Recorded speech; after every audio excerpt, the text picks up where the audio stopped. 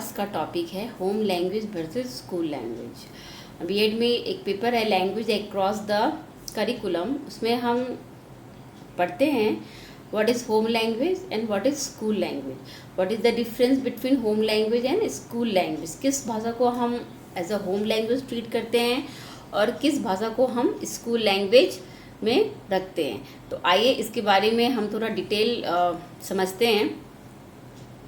Means सबसे पहली बात, what language does a child need, ऐसा कौन सा लैंग्वेज है जो एक चाइल्ड को चाहिए होता है।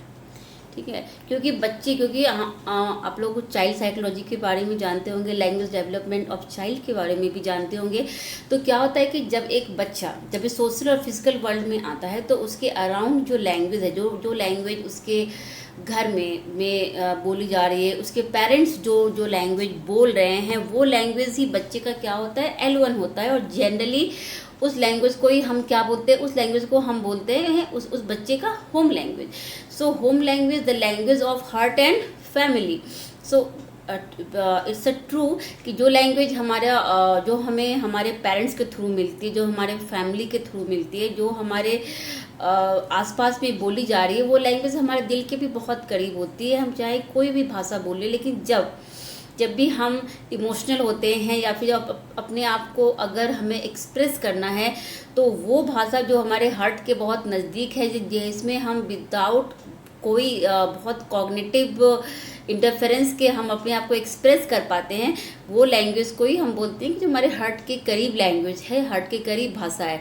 तो वो जो होम लैंग्वेज है, that is the language of our heart also, because उस भाषा के लिए हमें बहुत ज़्यादा लर्निंग नहीं करना है, उसको हम एक्वायर करते हैं slowly and gradually, we acquire that language. तो ये क्या है, that is the home language जो एक बच्चा अपने घर में अपने पेरेंट्स से, अपने रिलेटिव से, अपने सिबलिंग से जिस भाषा में वो इंटरेक्ट करता है, वो सुनता और समझता है, जिसमें उसका मस्तिष्क, उसका कॉग्निशन, जो एबिलिटीज़ है, वो सारा क्या होता है, डेवलप होता है। That is the home language. फिर जो एक सेकेंड लैंग्वेज जिसका चाइल्ड सामना करता है, वो क्या है, स्कूल लैंग्वेज। क्योंकि क्या होता है कि बच्चा जब घर के माहौल से, अपने आसपास के माहौल से निकल के फिर वो कहाँ जाता है, फॉर्मल एजुकेशन के लिए वो स्कूल में जाता है। तो वहाँ पे the child confront the new language and that is the language of the school. क्योंकि ऐसा ज़रूरी नहीं है कि उसके घर का जो भाषा है, उसके घर की जो लैंग्वेज है और उसके स्कूल का जो लैंग्वेज है, वो दोनों कॉमन हो, दोनों सेम हो। क्योंकि we are living in a multilingual country. हमको पता है कि इंडिया जो है it is a multilingual country, जहाँ पे हर स्टेट्स का अपना एक रीजनल लैंग्वेज है। इवन रीजनल लैंग्वेज में भी we are having so much of variation. कुछ एक किलोमीटर के बाद इवन रीजनल लैंग्वेज का भी जो एक्सेंट और बोलने का तरीका चेंज हो जाता है, जिसको हम डायलेक्ट्स बोलते हैं। तो we have variety of languages across the country और among our society and states. तो what is the school language? The language of education. तो बेसिकली स्कूल जिस भाषा का प्रयोग करता है, स्कूल जिस भाषा के माध्यम से बच्चों को शिक्षित करता है, जिस भाषा के माध्यम से शिक्षा का आदान प्रदान होता है inside the classroom and inside the school premises, that is the language of that particular school और दैट पर्टिकुलर इंस्टीट्यूशन। तो अगर हम पब्लिक स्कूल्स की बात करें इंडिया में, तो वो दर्जा, वो भाषा का स्तर किसको मिला हुआ है, इंग्लिश को।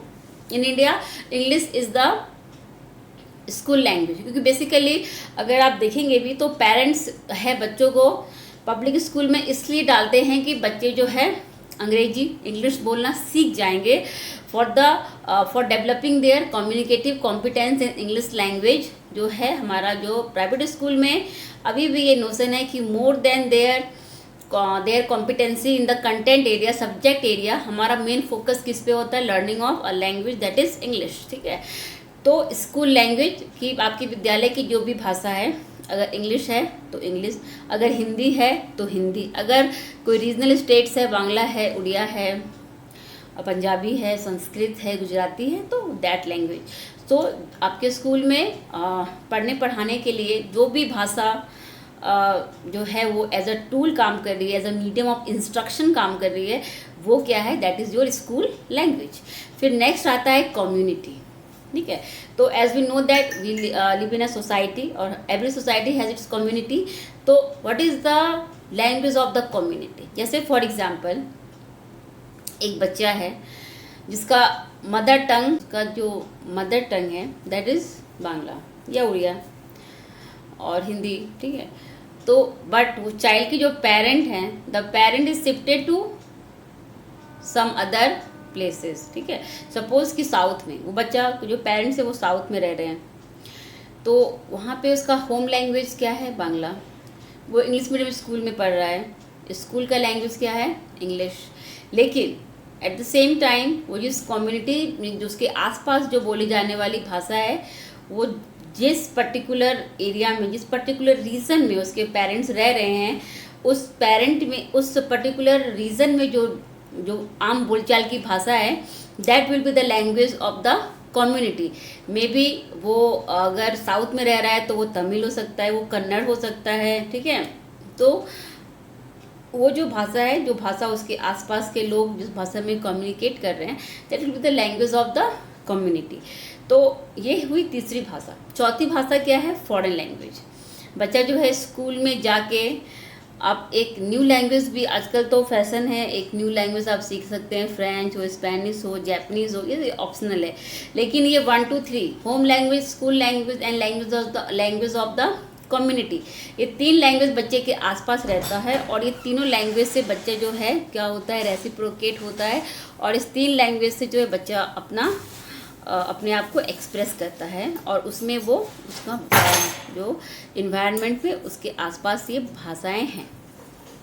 Then you can see here it is written, when the language at home is different to medium of instruction at school, children are faced with the difficult task of learning in their second language or having to learn a new language in order to access the curriculum। तो देखिए यहाँ से problem start होता है। बच्चा home language में है, उसका जो कॉग्निटिव ग्रोथ एंड डेवलपमेंट है वो अपने होम लैंग्वेज में है। बच्चे जब स्कूल में आता है तो उसके पास कंपल्सन है। What is the compulsion?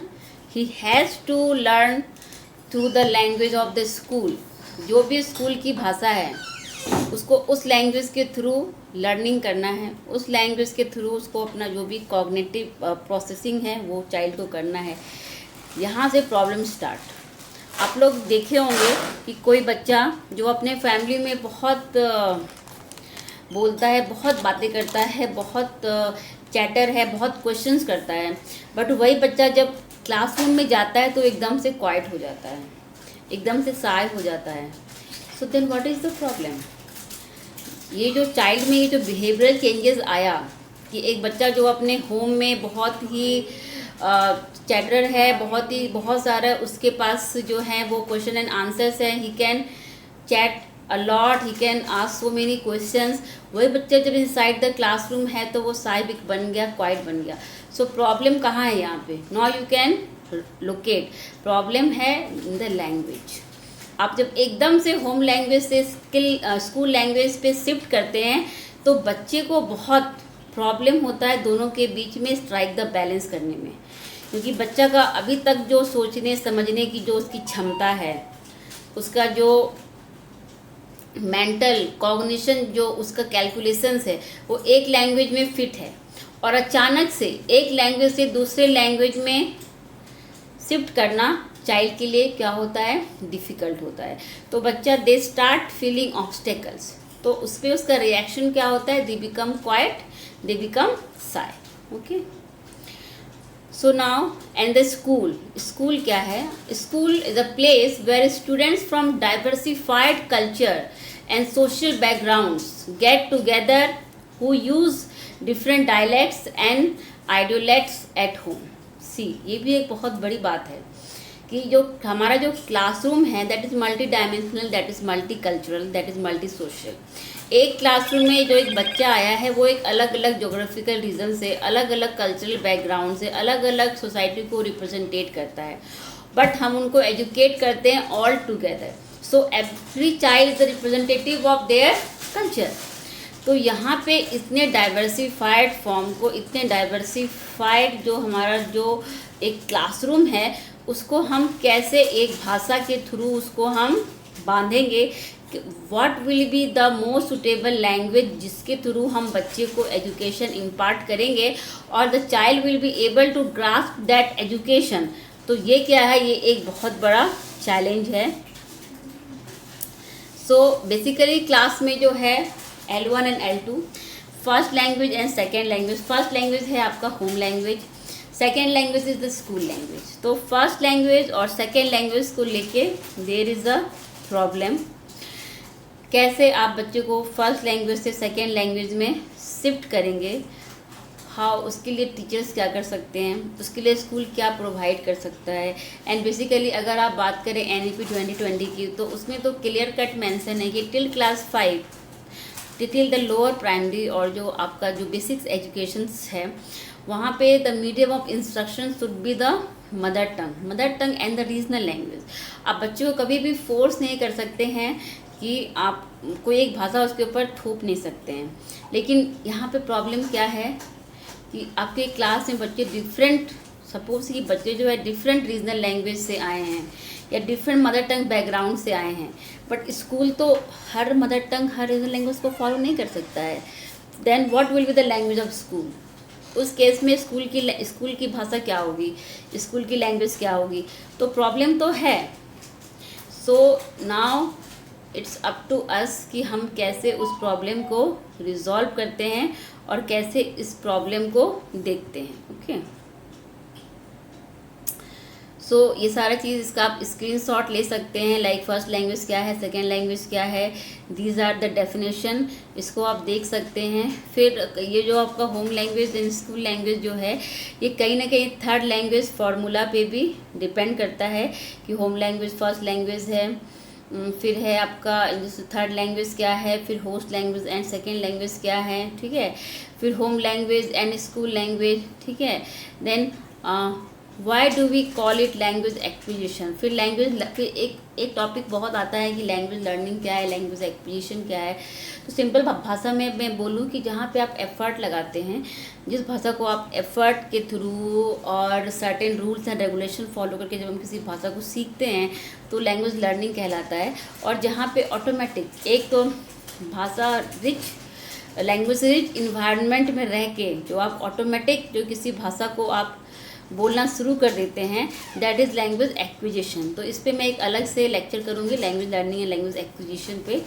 ये आप ये समझ लीजिए कि लैंग्वेज लर्निंग वो इंटेंशनल है, ठीक है, उसका एक पर्पस होता है और इसमें टीचर कंट्रोल होता है। बट लैंग्वेज एक्विजिशन जो है वो अनकॉन्शियस प्रोसेस है, जैसा कि मैंने बताया कि आप slowly and gradually you pick, आप लर्न नहीं करते, you pick the language and does not purposeful नहीं है, पर्पसफुल टीचिंग नहीं है एंड चाइल्ड कंट्रोल है। यहाँ पे it is under the control of the learner. आपको जब सीखना है, जितना सीखना है आप उतना सीखते हैं, ठीक है।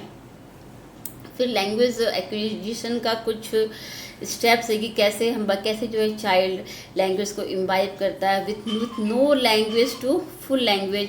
तो ये सारी चीज़ें आप देख सकते हैं। फिर आपके लिए इम्पॉर्टेंट है the place of English in school curriculum. वो बिफोर पोस्ट इंडिपेंडेंस में क्या था या आफ्टर इंडिपेंडेंस क्या है। तो बेसिकली अगर मैं कहूँ तो भाषा का बिफोर इंडिपेंडेंस हो या आफ्टर इंडिपेंडेंस हो, इंग्लिश का तो बहुत ही महत्व है हमारे करिकुलम में। That is the one major subject in our school curriculum. और अभी तो ये मीडियम ऑफ इंस्ट्रक्शन भी है। तो बहुत जितने भी कमीशंस आए हैं, जितने भी कमीशन हुए हैं, every commission has recommended the teaching of English should be there.